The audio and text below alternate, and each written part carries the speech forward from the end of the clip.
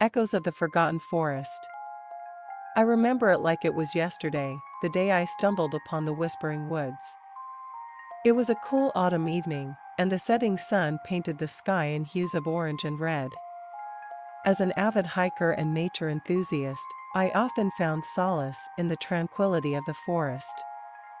Little did I know that this particular forest held secrets darker than any I had encountered before. As I ventured deeper into the woods, the trees seemed to close in around me, casting long shadows that danced in the fading light. The air grew still, and an eerie silence enveloped the forest, broken only by the occasional rustle of leaves underfoot.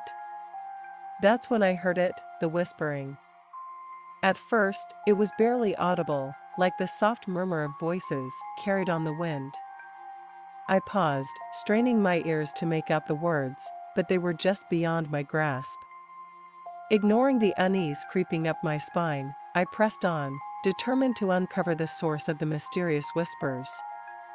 The deeper I delved into the woods, the louder the whispers became, until they seemed to echo inside my head. They spoke of ancient secrets and forgotten sins, of darkness lurking just beyond the edge of perception. I tried to block them out, to focus on the path ahead, but they clawed at my mind, insistent and relentless. As night fell, the forest took on a sinister aspect, shrouded in darkness that seemed to swallow the feeble light of my flashlight. I stumbled over gnarled roots and stumbled through thick underbrush, guided only by the haunting whispers that seemed to lead me ever deeper into the heart of the woods. Eventually, I stumbled upon a clearing bathed in moonlight, the trees parting to reveal a crumbling old mansion nestled among the shadows. It loomed before me like a specter from another time, its windows boarded up and ivy creeping up its weathered walls. Despite every instinct screaming at me to turn back, I found myself drawn to the mansion like a moth to a flame. With trembling hands, I pushed open the creaking door and stepped inside, the musty air heavy with the scent of decay. The interior was like something out of a nightmare, furniture draped in cobwebs, floorboards creaking underfoot, and shadows lurking in every corner.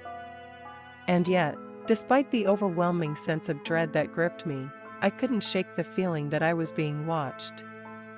As I explored the mansion's labyrinthine halls, the whispers grew louder, filling the air with their ominous refrain. They spoke of a curse that had befallen the forest, of souls trapped between worlds, forever bound to the darkness that had consumed them. Suddenly, I heard a sound, a faint scratching, coming from somewhere deep within the bowels of the mansion.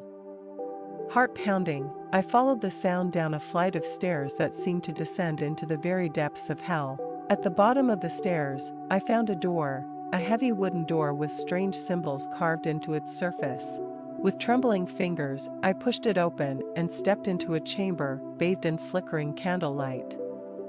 And there, in the center of the room, I saw it, a grotesque altar adorned with bones and bloodied offerings. And standing before the altar, bathed in the glow of the candles, was a figure cloaked in shadows. I tried to flee, to escape the horror that lay before me, but it was too late. The figure turned towards me, its eyes burning with a malevolent light, and I knew in that moment that I was trapped. The whispers grew deafening, drowning out all rational thought as the figure advanced, its outstretched hand reaching out to claim me. And as its icy fingers closed around my throat, I realized with a sinking heart that I was doomed to join the countless souls that had come before me, lost to the darkness of the Whispering Woods forevermore.